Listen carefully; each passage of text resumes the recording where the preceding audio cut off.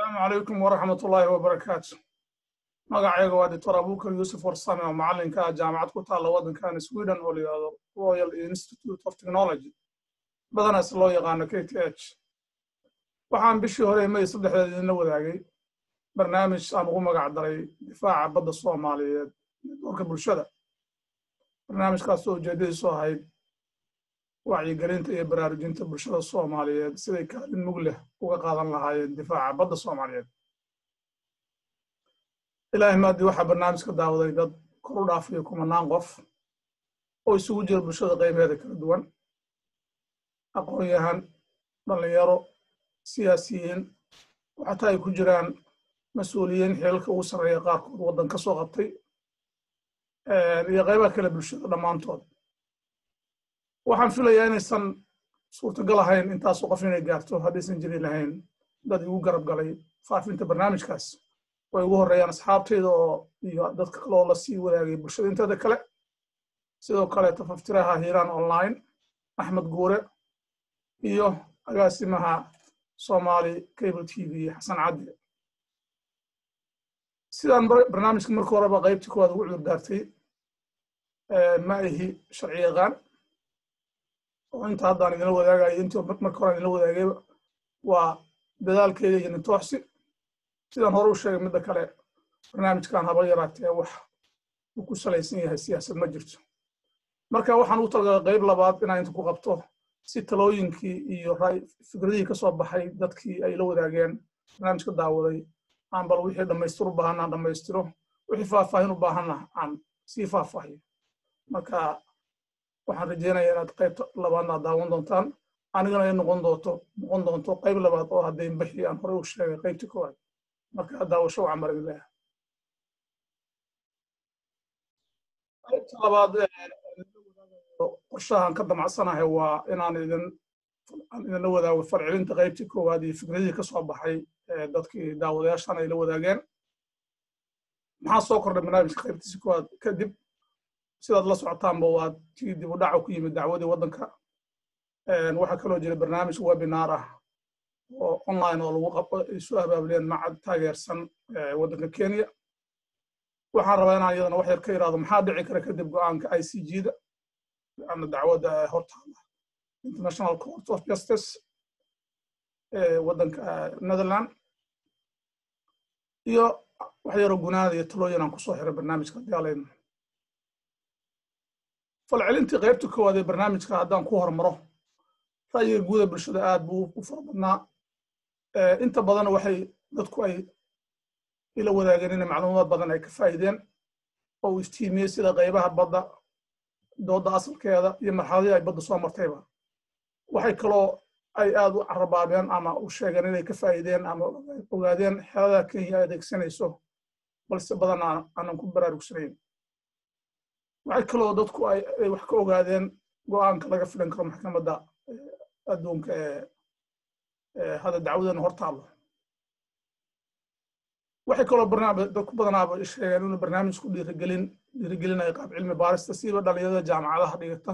oo qaarkood ay soo weydiiyeen fikrado ku aadan sidii ay wax ugu korsan lahaayeen qaabkan wax u baaray iyo qaabkan wax soo gudbiyey. taasoo aan la wadaagay oo anigana ii ahayd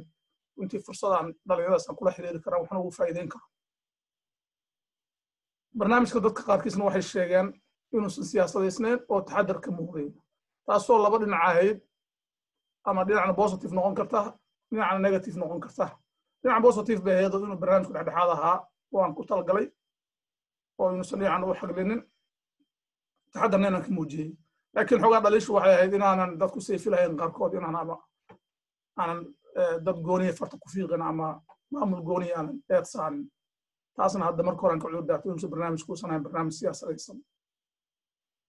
qodobka ugu muhiimsanaa oo dadku faahfaahin iga baahdeen wuxuu ahaa doorkii MOU-ga Memorandum of Understanding, heshiiskii kumeel gaarka la gaaray ay dowladda Soomaaliya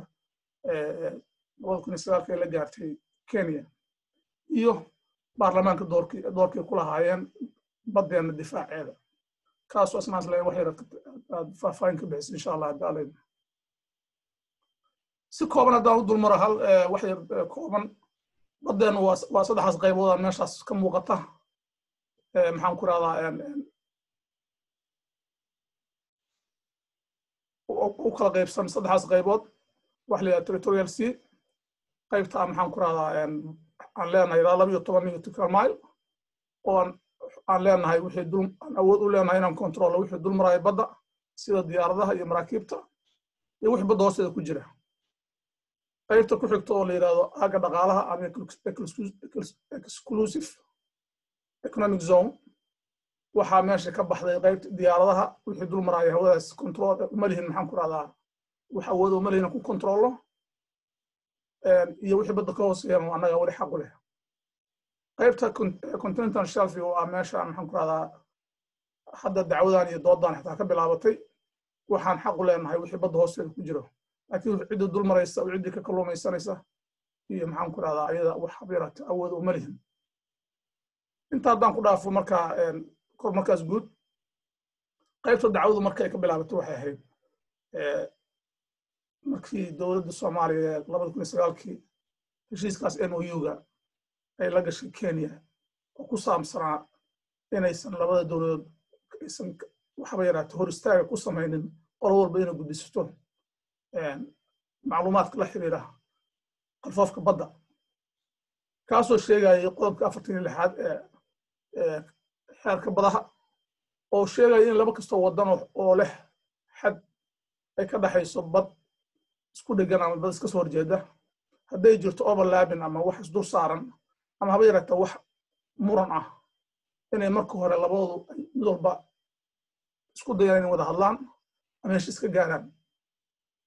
qodobkaas oo qodobka shanaad lala sixirinayo ah inaan haba yaraata dispute hadduu jiro ama waxba muran hadduu jiro aan waxba la cabbiri karin ama wax submissionkaas usan hirgelaynin ama dib u dhac ku imaanayo haddii ay dhacdo laakiin in maxaan ku rahdaa consent uu jira ogolaansho la isu ogol yahay labada waddan in markaa hawshaas la dhex geli karo haddaba su-aashu waxay ahayd wadamadeeba maxaan ku rahdaa annagu murankaas badeedkaas naga dhexeeya sideese baan uga falcelinay murankaas maadaama qodobkaas una qabanayo Soomaaliya markii ay gudbinaysay maxaan ku rahdaa qalfoofkeeda badda iyo EEZ-ka aagga dhaqaalahaba wadamo waxaa jira muran badeed naga dhexeeyo qaarkood ha badnaadeen qaarkoodna ha yaraadeen waxaa ka mid ah wadamadaas Kenya Soomaalida badankeeda ay ku baraarugsan tahay laakiin waxaa jira waddanka Tanzania oo kale oo sidaad u jeedaan xariiqaas guduudan markuu toos u baxo waxaa laga yaabaa inuu qayb yar uu ka galo qalfoofka badda ee waddanka Kenya ee Tanzania markii uu dhaafo xadka Tanzania iyo Kenya xariiqooda kala bara marka laakiin gudbinteena hore way ku jirtay in uu dhici karo overlap ama isdulsaar laakiin inuusan saas u weyneyn waddan kale oo naga dhexayso maxaan ku rahdaa muran badeedkaas naga dhexeeyo siiba kan la xiriira EEZ-ka aagga dhaqaalaha waa waddankan la yidhahdo Yemen maadaama jasiirada kor ku yaalla Socotra iyo laba jasiirado yar yara oo iyagana magacyadooda hadda ay maqan yihiin korkaas ku yaalla ay soo geli karaan waddan badi aanan isweydiin waa Djibouti ayadana sidaan intuu tusi doona dokumentigooda EEZ-ka qaybta aagga dhaqaalaha ayay waxay ku dacwoonayaan inaan ku soo aan sheeganay qayb ka mid ah aaggooda dhaqaalaha haddaba waxa waa sidee u wajahnay ama uga falcelinay muran badeedkaas su-aashaas baa fiican in marka hore la isweydiiyo taasoo markaas keeni karta inaan faham ka yeelano sidaan u xalinay ama waxaan hadda la xalinba su-aasha kaloo isweydiinta kale waxay tahay baahi ma loo qabay MOU-ga memorandum of understanding marka si aan ugu wanaajay labada su'aalood waana marka hore ogaanaa qaabka loo xaliyo haddii laba waddan ay ka dhaxayso badisa saaran ama muran ka dhexeeyo marka waxaa jirta cilmi baaris uu sameeyey nin ka mid ah la yidhahdo Lothrop oo soo gudbiyey baaray kaysaska wadamada isku haysta muranka badda iyo qaabka ay u soo gudbiyeen codsigooda continental shelf wuxuu soo bandhigay 5 hab inay jiraan marka haddii laba waddan isdul saaran yihiin ama uu ka dhexeeya muran ay ku xaliyaan qaabka ay u gudbinayaan codsigooda ku aadan qalfoofka badda ama continental shelf kan koowaad waxa weeye in labada waddan ay xaliyaan muranka ka dhexeeya intaysan gudbinin codsiga submissionkaas oo in loo xadiyo baddooda marka iyagoo markaas heshiisa ayay gudbiyaan submissionkooda waa midka koowaad kan labaad waa in aad gudbisid qayb ka mida waad iska dhaaftid dib u dhigatid qaybta muranka ku jiro waad tiraahdo qaybta muranka hay dambayso laakiin qaybtan kale oo aan cidna ugu haysan ayaan gudbinayaa taasna way dhici kartaa qaybta saddexaad waa in waddamo dhowr ah ay ku heshiiyaan in dhibaatada iyo muranka dhexdooda ah ay gadaal ka xalin doonaan laakiin ay wada gudbiyaan codsigaas ah in loo xadido baddoodii continental shelfigoodii si uusan ugu dhicin dib u dhac qaabka afraad ee loo xaliyo waxa waaye in labada qolo walba iskeed u gudbisato marka ay wada hadlaan labada waddan si ay maxaan ku rahdaa uga hortagaan ama u yareeyaan in maxaan ku rahdaa dib u dhac u ku yimaado submissionkoodaas marka inaysan qolo kale qolada hor istaagin oo labada waddan isu ogolaadaan inay qolo walba gudbisato ayadana waa qaabka afraad oo waddamada ay wax ku xaliyaan markii muran badeed u jiro qaabka shanaad waa in waddankii aad gudbisatid maxaan ku rahdaa codsigaagii adoon haysan maxaan ku rahdaa garansi ama assurance wax la yidhaahdo oo inaan waddan kale uusan ka hor istaagaynin marka waad ku nasiibsanaysaa inuusan qolana ka hor istaagi doonin ama waxaas leedahay kole gadaalun baad ka xalin doontaa marka waad gudbinaysaa shantaa habbaa haddaba jirta badanaa waddamada ay ka dhexayso muranku ay ku xaliyaan ama u wajahaan maxaan ku rahdaa markay xaraynayaan codsigooda la xiriira continental shelfiga haddaba waxaa in la isxusuusiya mudan in dowladda Soomaaliya 2009 bilowgeedii Janaayo lagu soo dhisay iyo Febraayo midkood ma xusuusta mid ay tahay waddanka Djibouti waqtiga uu dhacayay submissionka la iska rabeen inuu ahaa 13 May ka hor marka waa muddo kooban dhowr bilood qodobka koowaad marka macquul ma baahanba in laba waddan hadda inay laba bil saddex bil ku gaaraan inay settlement ku sameeyaan waayo markaas awoodeedina maana lahayn mid dhaqaale iyo mid maxaan ku rahaa aqooneedba marka taas bay meesha ka saaraysaa qodobka koowaad ka labaadna waa la mid umaba maana aqoon waxa intaan lagu haysan iyo waddamadan ugu haysta kuwa yihiin hataa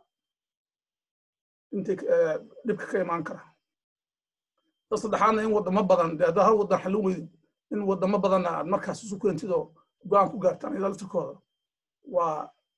waxay lahayd khatarteeda lahayd marka kan saddexaadna saas macquul ma ahayn waxaa soo haray marka labada qodob u dambaysa qodobka afraad waa qodobka MOU-ga meesha uu ka soo galaya oo in labada waddan ku heshiiyaan in labada waddanba aysan isku samaynin hor istaag inay gudbiyaan codsigooda qaab ka mid wax lagu xaliyo waan idin sheegi doonaa marka sidee waddamadee aan ku xalinay afarta waddan aan idin soo sheegay sidee bay macnaha ku rahdaa aan ugu wajahnay ama aan ugu xalinay qodobka shanaad waasna ah in waddankii aad gudbisatay codsigaaga adoo ku talagalaya ama in lagu diido ama lagu diidin oo qolo kale kaa dacwoon karto ama dib dhac u imaan kara intaba haddaba waxaa dhacday tii u horeyso Yemen markii aanu gudbinay 21 July 2014 aanu gudbinay maxaan ku rahdaa codsigeeni Yemen waxay tiri maxaan ku rahdaa ma aqoonsanin waxa ay gudbisay Soomaaliya waayo qodobka waxaan isticmaalay qaybta shanaad anagoo waxba la gelin wada hadal ayaan gudbisanay laakiin waxaan sheegnay in wada hadal dib lagala geli doono waxay ku cudurdaarteen waxba lagalama hadlin laakiin waxay yiraahdeen waxba yaan la cadeyn maadaama ay ku xadgudubtay dhul aan leenahay jasiiradaheena qaarkood ee cabirkooda soo galay Tanzania sidoo kale waxay sheegtay inaysan diidanayn laakiin way carrabaabtay in maxaan ku rahdaa Soomaaliya iyo Tanzania ay wada geli doonaan wada hadal ku saabsan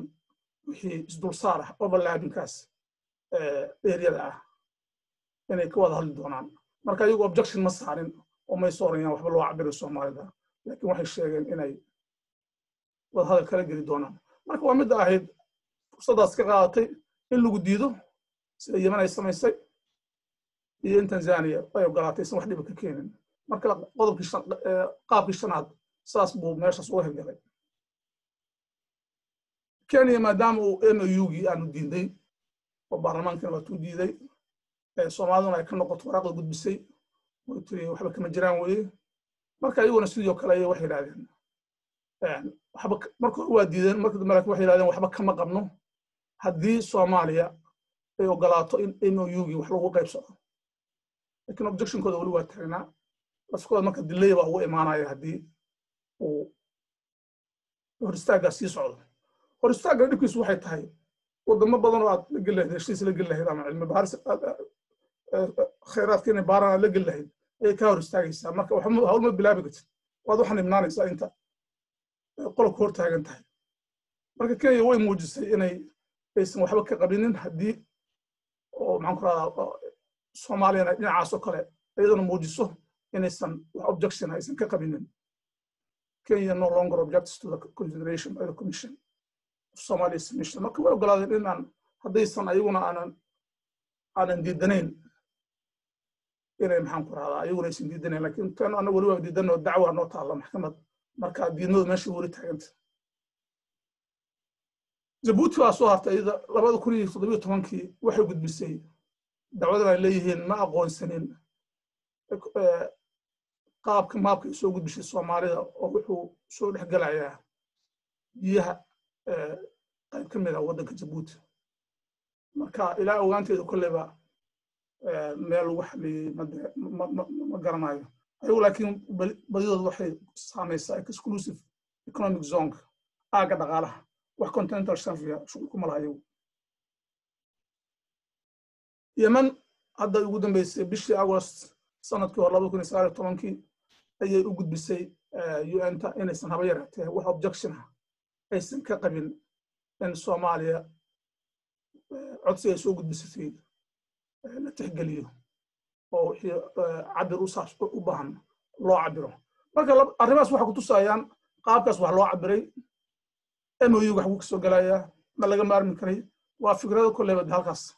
qofkii akhriya ama ka fahmay qaabka jira uu kala soo bixi karo natiijada ah habka wax loo xaliyo iyo kan ku habboon iyo kan ku habboonayn marka go'aankana markaan gunaanka insha Allah waxbaan ka oran doonaa si MOU-gu meeshuu kaga habboon yahay ama meesha uusan kaga habboonayn maxaa soo kordhay barnaamijka qaybtiisa koowaad kadib sidaan soo hore u sheegayba waa tii maxkamaddii dib u dhac ku yimid oo loo balansanaa 8 bishii Juun waxaa dib loo dhigay ilaa bisha March 2021 waxaa ka dhashay eedayn iyo dhaliil xagga dawladda ku wajahan iyo falcelis dadweynaha iyo dawladdu ay ka bixisay waa sida wuxuu dhaceen sharxaadadan baa ka dhacday ayaa ka timid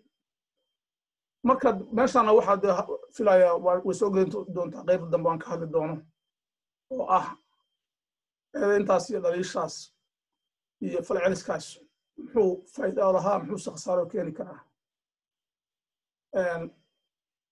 midda kale Kenya waxay dadaal u gashay dhinacyo badan inay warbaahinta isticmaasho iyo wacyigelinta bulshadeeda oo ilaa intaas qoraallo badan baa soo baxayo maalmoba daily oo soo baxa waddanka Kenya oo ku saabsan dacwadan badda siiba in eedayntaas iyo dhaliilahaas dawladda iyo bulshada dhexdeeda ah uu sii kordho uusan marnaba demin arrinkan maxkamaddana dee ma runtii anu hadda akhbaar gooni aan leeyahay saasaa sabab u ahayd ama saasay dhaliil u ahayd ama saasay mudnayd in laga dhigo ma hayo laakiin waa intii kolleyba dawladdu way nala wadaagto un baan ka ogahay maxaan ku idhahdaa balse waxaa muhiima kolleyba in Kenya isqabsigaas dawladda dhexdeeda iyo bulshada Soomaaliyeed ay faa'iido u tahay maxaan ku idhahdaa waxaa jiray midda kale barnaamij ay soo abaabushay hay'ad cilmi baaris ah oo bishii hore 15keedii May lagu qabtay online waan ka qayb galay waxaa ku jiray 2 nin oo professor ahaa oo jaamacadan Harvard University laga soo casuumay iyo nin kale oo professor Kenyatta in Soomaaliya loo yaro oo asagana waddanka Mareykanka degan iyo nin kale oo aqoon-yahan xagga technical iyo maabkii waxaas sharaxay runtii barnaamij laftkayga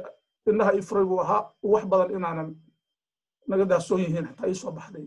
ama waxtaa isku tuhmaayay dad badan oo wax inaan ka mid ah dadka wax ka og arrimahan badda Soomaaliya laakiin waxa ii soo baxday waxyaalo badan oo runtii aanan xataa laftkayga ku baraarugsanayn waxaa barnaamijkaas ujeedadiisu badanaa ay ku salaysnayd in ay barnaamijka u weeciyaan la yidhaahdo dacwadan waxay soconaysaa muddo cidna kuma faa'iidayso marka in dib loo dhigo ama lagaba noqdo dhammaanteed iyo in dib loo in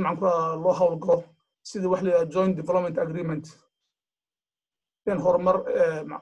la sameeyo wada tashi sidii loo maalgelin lahaa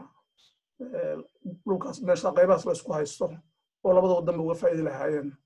ayay badanaa u badnayd waxayna kusoo bandhigeen maalo badan oo qaarkood runtii aad iyo aad shaki badan oo abuuri karay ujeedada ka dambeysay iyo sidii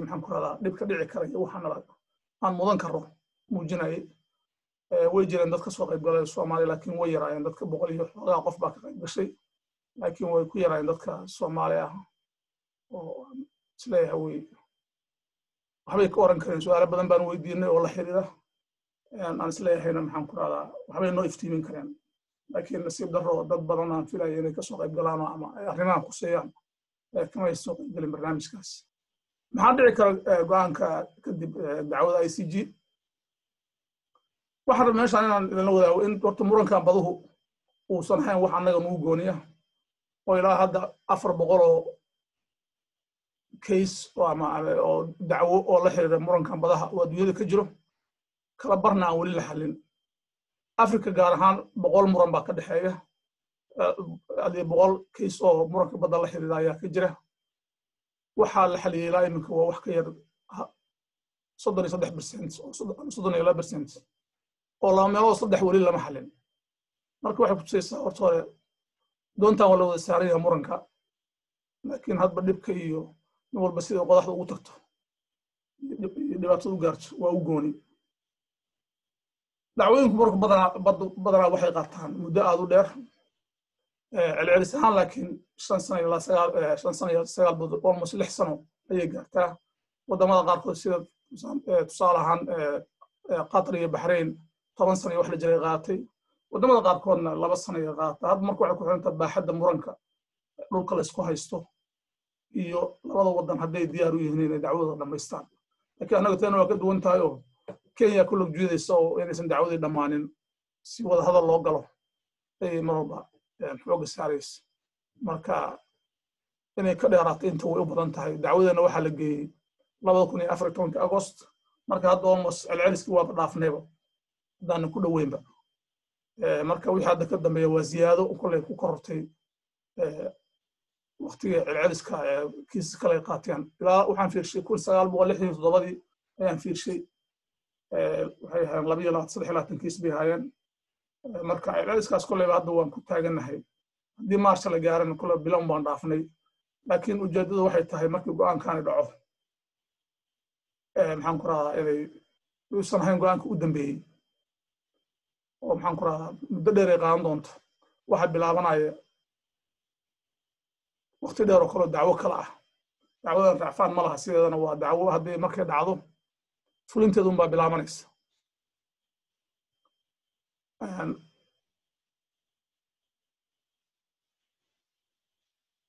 sida marka waxa dhacaysa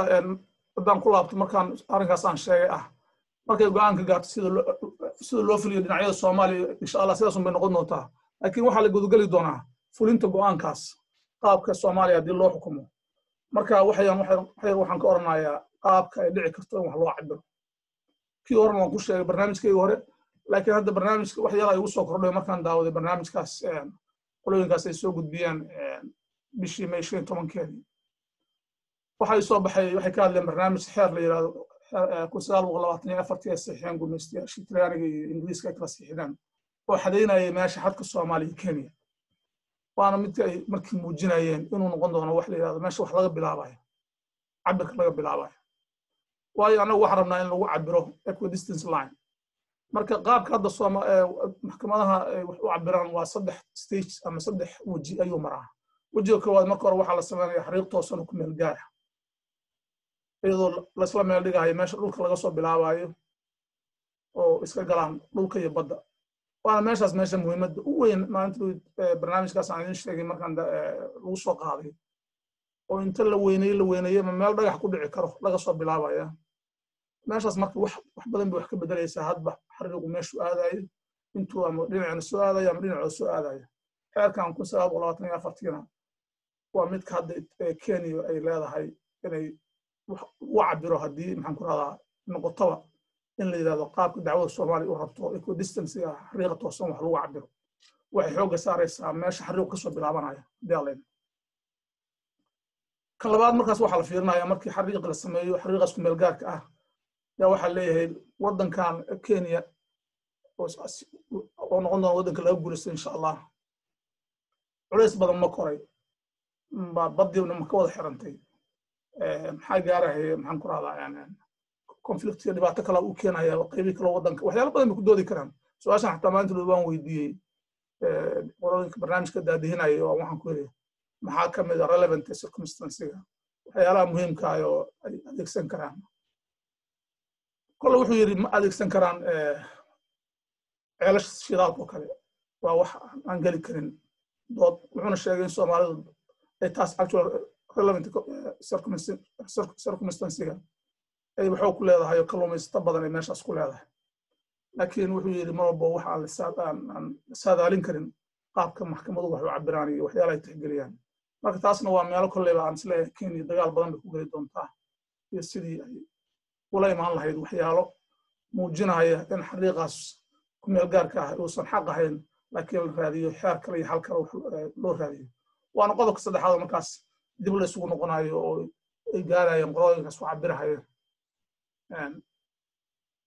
wax labada dhinac ay ku qanci karaan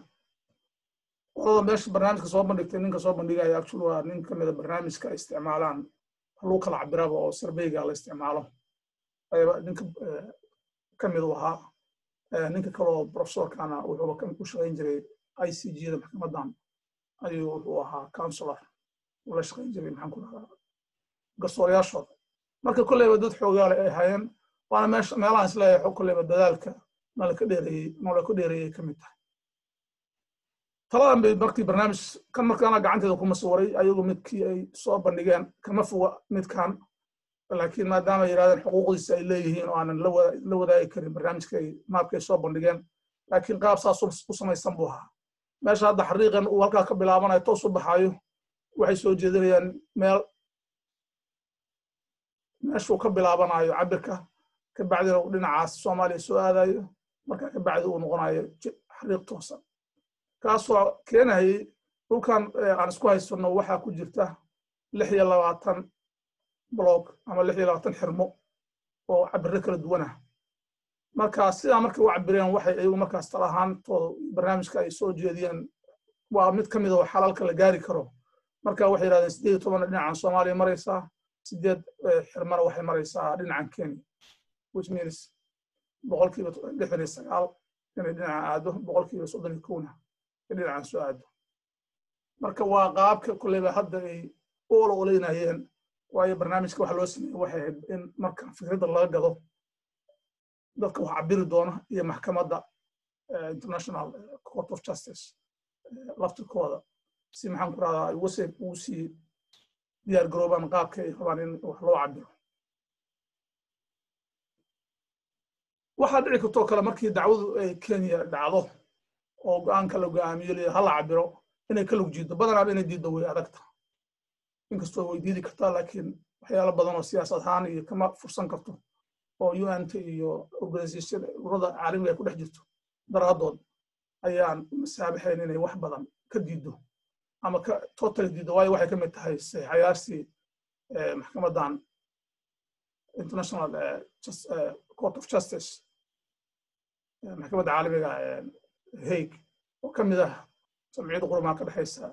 qayb ka mid ah marka ma diidi karto taas waxay isku dayay kor Nigeria Libya inay ka lug jiidaan ayagoo isticmaalaya xoog qaab kala duwan si waxaan muddo ay u socoto hada si badan ka dib oo maxaan ku radaa caalamku saaray way ogolaadeen in maxaan ku radaa ay hirgeliyaan wixii lagu heshiiyey waxay u baahan tahay Kenya inay isticmaasho ilaalaan sharciga dhigi maayo haddii xuduudaha wax laga bedelayo noo ogolaan maayo inaan wax ka bedelno marka waa in sharci baarlamaan iyo afti dadweyne la qaado taasoo mar hore uu ka sharqamiyey aadan barre ducaale maruu lahaa haddii badda Soomaaliya wax loo cabirayo ama loo xukumo ma ogolaanayno waayo dastuurkeena ka hor imaanaysa waa in afti dadweyne la qaadaa marka waxaas dhan waxay keenaysaa inay muddadii sii dheerayso way gaarto waqti inta ka dheer waayo article koowaad sharci xuduudaha Kenya wuxuu sheegayaa in wax kasta wax laga bedelayo xuduudahooda in baarlamaanku baasiyo waana qodobkaan dareensanahay inay u keeni doono in dacwadu marka la xukumo inay sii jitinto oo waxoogaa waqtigeeda dheeraado u keeni doono su-aashaas weydiinta lahaa waxay tahay marka anaga baarlamaankeena marka xaguu ka soo gelaya ilaan qolo walba waxay ku dagaalgeli lahayd waa diyaarsatee waan meeshaas markaan isleeyahay bal baarlamaanka MOU-ga waan ka hadlay doorka baarlamaankana inay meesha ka soo gasho maadaama kuwii la tawar ahaaba ay meeshaas taagan yihiin ay ku difaacayaan waddankoodii haddaba waxaan fiirshay xuduudaha dalka iyo doorka baarlamaanka anoo eegaya dastuurada waddanka 1960 ilaa 2012 waxaan ka soo bilaabay 1960 waxaan fiirnay only qodobka kaliya ku aadan xuduudaha ma fiirnayo wax xogtayda maaha ama maxaan ku radaa focuskaygu maaha inaan fiirsho qodobadaas kale waa qodobka xuduudaha la xiriira qodobkaas xuduudaha wuxuu ahaa 4 qaybood buu ahaa qodobka ugu muhiimsanaa wuxuu ahaa qodobka 3aad oo baarlamaanka awooddaa siinayay wuxuu oranayay wixii dib u habeen ama isbeddel lagu samaynayo xuduudaha dalka waxaa waajiba inuu jireeyo sharci ay ogolaadeen ama ansixiyeen 5 meelood 4 meelood aqlabiyadda xubnaha baarlamaanka dalka waa super majority 80% inay aqbalaan in xuduudaha wax laga bedelo qodobada kale waa qodobo dastuurada laga helayo in xornimo xuduudda waddanku muqadas yahay lama taabtaan yahay in maxaan ku radaa waxa dhulka hoostiisa ku jira jasiiradaha xuduudbadeedka iyo dhulbadeedka iyo waxaas dhan marka waa qodobkii waa sharcigii 60 qodobka afraadasna wuxuu ahaa waa cadmado inuu xagga dhinaca localka ku saabsanayo haddii maxaan ku radaa dhulka ay dowladdu leedahay ama dhulka dadka private-ka ay leeyihiin ayuu qeexay laakiin waa qodobkaas saddexaad qaybta saddexaad mid farqada saddexaad waxaan u socday qodobka afraad waan isleeyahay muhiimadda baarlamaanka halkaas bay taalla sidaad ogsoontiin waddanka 69kii waxaa ka dhacay xukun military baa ka dhacay mar haddii baarlamaankii meesha ka baxayna wuxuu ku soo koomay labadaas qodob oo u sarreeya tii baarlamaankana meesha way ka baxday iyo kii qodobka u dambeeyo xataa ahaa baarlamaanku dhulka sida loo qaybinayo dhulka dhan dowladda yeelatay marka labada qodob baa lagu soo koobay waa muqadas lagumana xadgudbi karo iyo dhulku waxay koobaysaa bariga iyo jasiiradaha qodobka isla 90kii wax badan kama bedeleen ma garanayo sababta dhulka qaranka iyo dhulka dowladda macnaha ka dambeysay in arigaas la bedelo oo meesha dhulka qaranka ahayd baa wax lagu bedelay dhulka dowladda marka ma garan karo wax ujeedaaho iyo hadday macno gooniya ka dambeeyeen laakiin baarlamaanka awoodiis meeshaas ku dhammaatay ilaa 90kii haddaba waxaan soo gaaray 10 sanaan oo ka maqneen hawada ka maqneen 2000 baa shirkii dowladda Jabuuti lagu soo dhisay waddanka Jabuuti labada qodob hore sidii hore u taagnaayeen qodob saddexaad waxa ku soo biiray oo markii hore taagnaa markii hore laga hadlayay 60kii iyo 9 qodobadii hore badanaa maysan xadidin meelaha waddanka naga xigaan waayo weli waxaa maxaan ku radaa la ilaalinayay tii ahayd Soomaali weyn oo haddii aad xadidin cidda koonfur iyo waqooyi ka xigtay waxaa xoogaa laga warwareegsanaya ama la diidanaaba inay meesha ka baxdo fikraddii Soomaali weyn haddaba markii shirkii carta la isugu yimid ayaa arrinkaas dib u soo laabtay oo wuxuu meesha ka saaray qodobkaas markii hore laga meermeeraysanayay oo wuxuu xadiday cid walbo waddan walbo naga xiga jihooyin kala duwan waqooyina naga xigto Jabuuti waqooyi galbeed waqooyina naga xigto gacanka cadan dhanka bari iyo badweynta Hindiya iyo dhanka koonfureed Kenya marka taas waxaa moodaa inay xoogaa soo xirtay albaabkii fikirkii Soomaali weyn waxaa ku soo xigay qodobka axdigii lagu soo sameeyey Kenya 2004 kaas waxa ku soo kordhay kaliya qaybtan English ahaan waxay continental shelf baa u qoray markaan fiirshay laakiin waxa moodaa turjumaada ayaa xoogaa wax ka khaldanayaan ay loo turjumay goobta ay qaaradda kaga taalo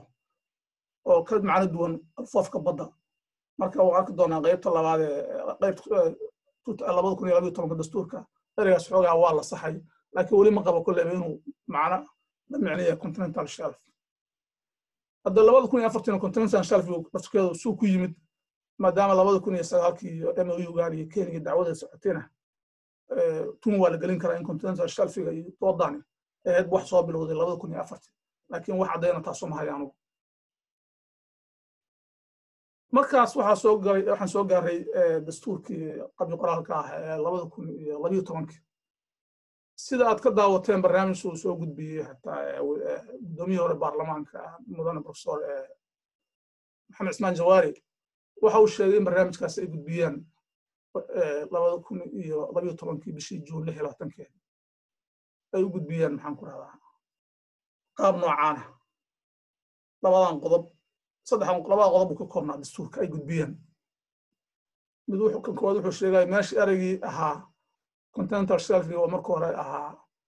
goobta kaga taala qaaradda ayaa geeyay qaaradeedka loo bedelay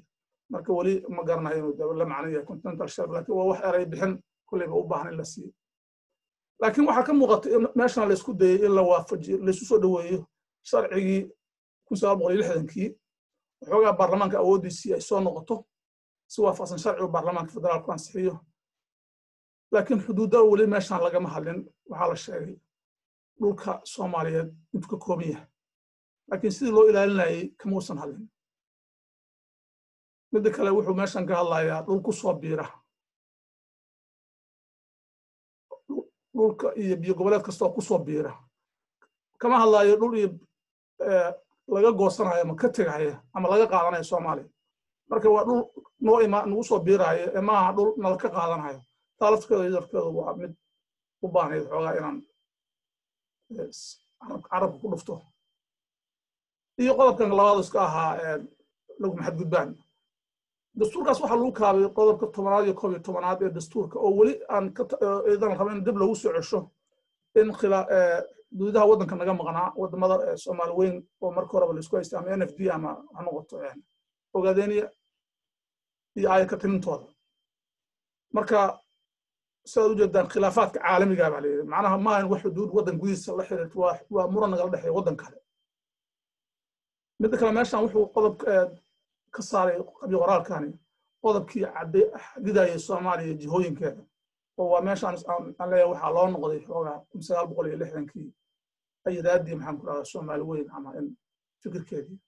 nasiib maxamed sida uu sheegay gudoomiyihii hore baarlamaanka professor Jawaari dastuurkaas waa la qaatay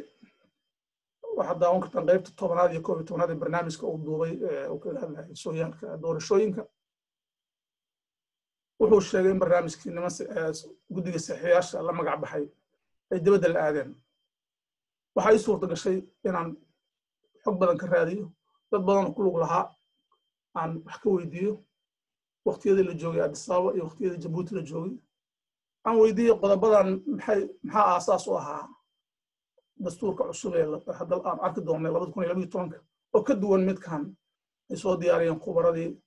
guddiga doorashooyinka waana meesha aan isleeyahay inay ku jireen awood ama naga baxsan ama fikir dad kolleyba markaas fikir ka duwan qabay midkan guddigan dastuurka iyo khubaradii ay hogaaminayay professor Jawaari uu ka mid ahaa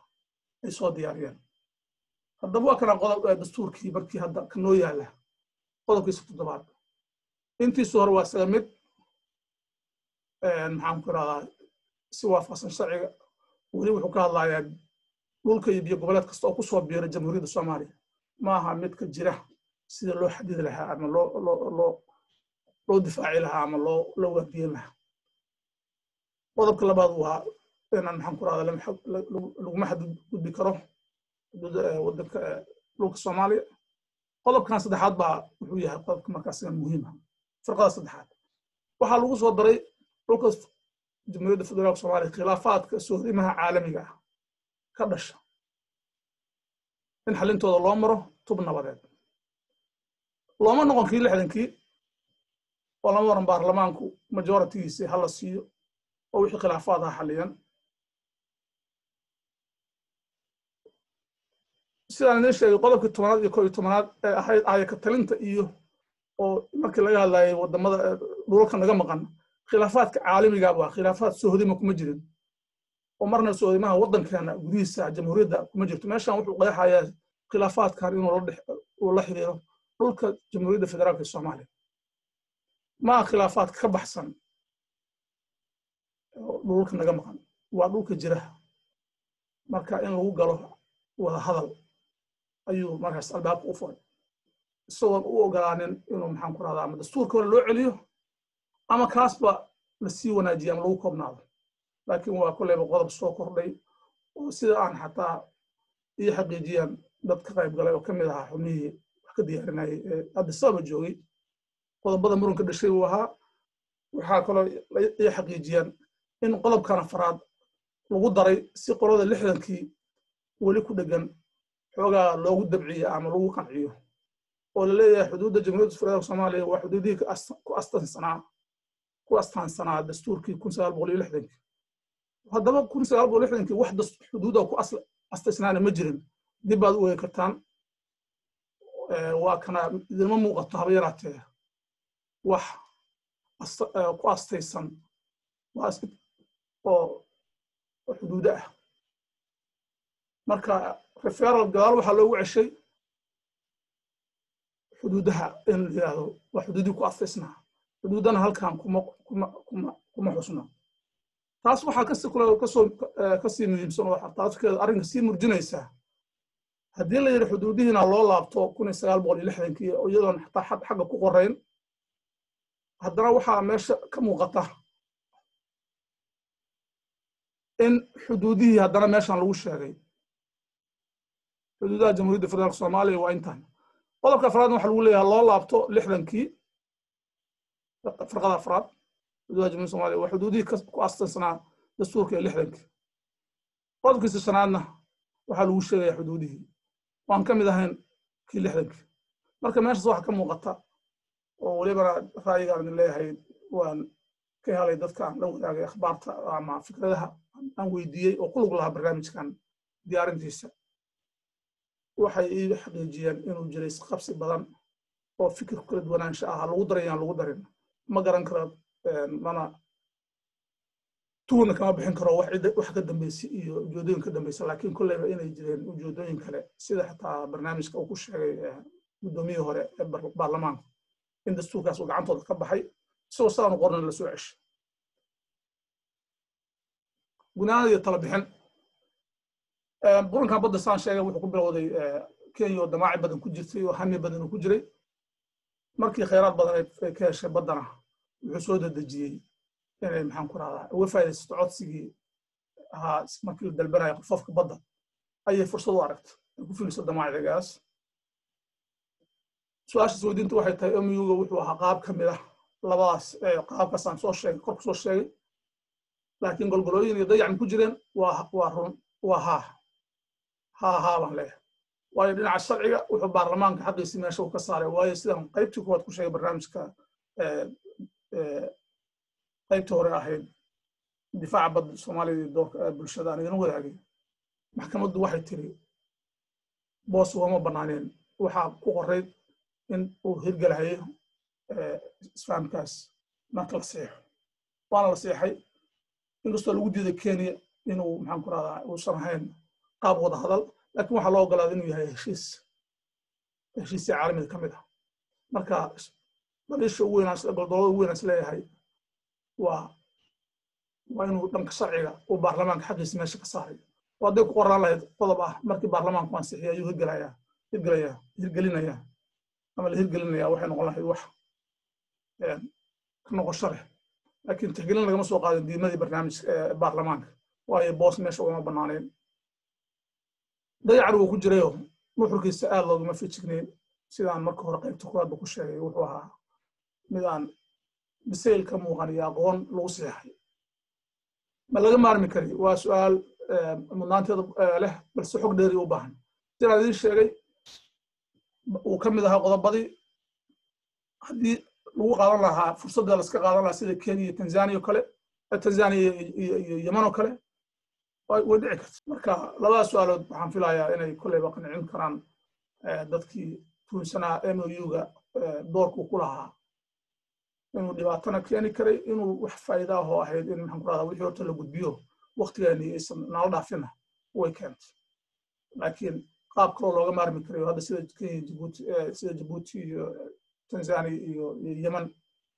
qaabka shanaad aan u raacnay ayadana macquul bixi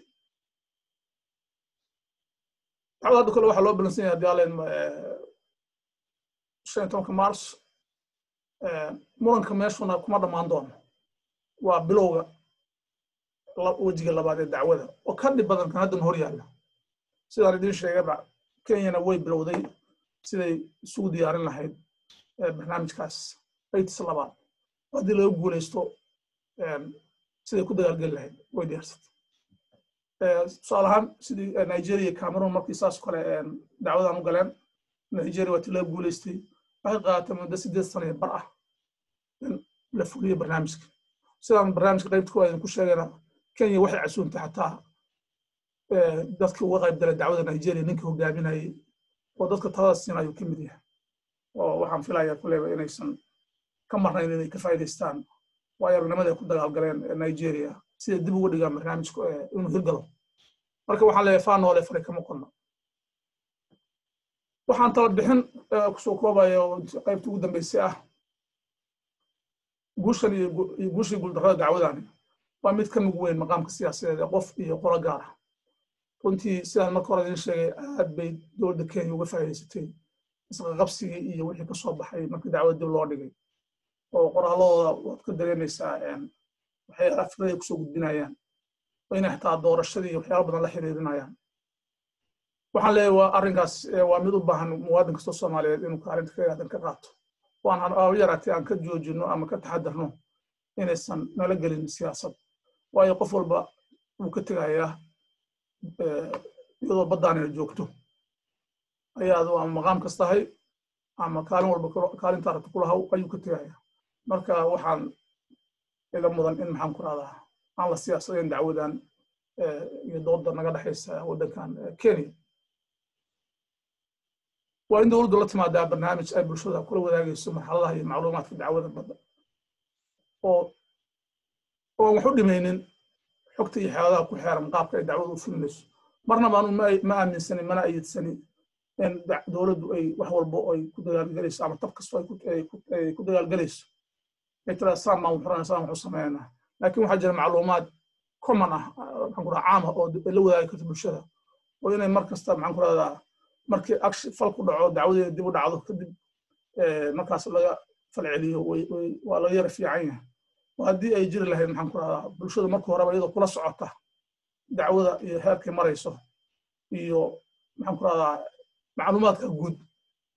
waxaan qabaa inay kasii wanaagsanaan lahayd oo wax badan ku hagaagi lahaayeen ama isqabsiga iyo mugdiga hadda ku jira uu meesha ka bixi lahaa dowladdu waa inay adeegsataa qaybaha bulshada sida aqoon-yahanka warbaahinta una faa'iidaystaa wacyigelinta bulshada awoodda iyo dadnimada iyo aqoonta aan leenahay Soomaali ahaan kama liidana midda Kenya ay leedahay laakiin waxaad moodaa warbaahinteena iyo aqoon-yahankeena inay door ku habboonaa aan xoogaa ka gaabinay marka bal dowladduna inay markaas fursaddaas ay hormuud ku noqoto adeegsato aqoon-yahankeeda iyo warbaahinta bulshada si ay aan ummadda isla socoto wixii ka soo baxay guulihii guuldarraba dadku ay ka warqabaan midda qodobkan aad baan u carabka ugu dhufanaya waayo hadduu jiri lahaa xafiis ama xarun dad u qaabilsan arrimahan oo dadku ama xogta ku soo gudbin karaan ama la wadaagi karaan ama ka heli karaan wixii akhbaar ah runtii wax badan bay xalin lahayd waayo dacwadu intay socotay mar dambe haddaan xiriiradeeda dadka iyo dad saaxiibtinimo iyo aqoon kale aan ku helay maahane way adag tahay inaad la wadaagtid ama heshid xog ku saabsan ama adigu haddaad haysidba sida qaybta koowaad ku sheegay markaan hay xog yar oo aan la xiriir aan rabay inaan u gudbiyo looyaradeena dacwadeena ku jiray way u adkeyd inaan gaaro dad badan marar badan baan isku dayay marka u dambayso aan helay looyaradii qaar ka mid aan la wadaagayna waxay noqotay inay ka curdaato aan yidhahdaan ووقتها waa dhaaf wala ma gudbin karo laakiin taas maxay meesh ka saar leeyahay hadii jira la xafiis iyo xarun wax la wadaago in wixii akhbaar iyo wixii aqoon la wadaago waayo anaga dhagtaan ku haynaa waxbaan soo xuraaminaa aqoon baan soo raadinaa qabta iyo xeelada ay ka adeegsanaysa mid ka duwan oo ka fiican baan adeegsan karnaa waxaan shaki ku jirin in murankan uusan ahayn ka u dambeeyey ee murano badan oo la xiriir badda imaanaya laakiin waxaan qabaa inay tahay fursad tani aan ku sixi karo khadadka dastuurkeena ku jira ee sahli kara in lagu xadgudbo xuduudda qaranka sidaan sheegayba qodobkaas saddexaad ee qodobka dastuurkii ahaa in 4 meelood 5 meelood 4 meelood ee ansixiso baarlamaanka oo awoodda baarlamaanku soo noqoto waa muhiim dastuurkan hadda qabyo qoraalka ah dastuurkan ku meel gaarka ah qabyo qoraal yaan dhigay dastuurkan ku meel gaarka ah fursad wuxuu haystaa lagu sixi karo arrinkaas marka waxaan rajeynayaa insha Allah in uu barnaamijkaas baarlamaanku uu qaato door iyo aad u muhiim ah oo masaabixi kara in maxaan ku raadaa badeena iyo muran kastoo la xiriira aan ka gaashaamano marka waa salaamantiin waxaan idin rajeynayaa guul dhammaanteen Soomaaliya meel kastoo aan joogno ilaahay inuu nagu guuleeyo kiiska. Assalaamu calaykum waraxmatullaah.